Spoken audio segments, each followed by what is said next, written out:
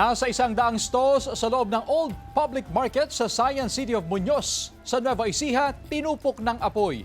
Nakaalerto, CJ Torida.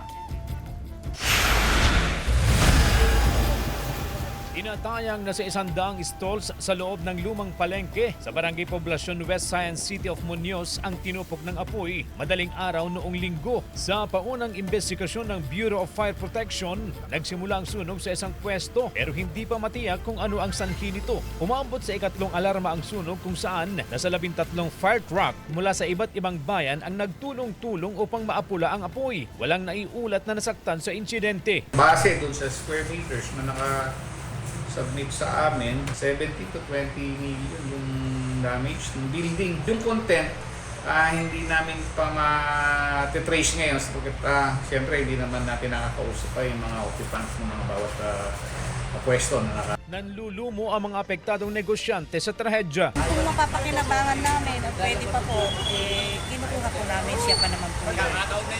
Para naman po kahit konti may maisalpa kaming pyesa.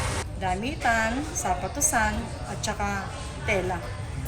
Kaya pinakamasakit ang nangyari sa amin, yung ganyan, kung paano uling mag-uubsa.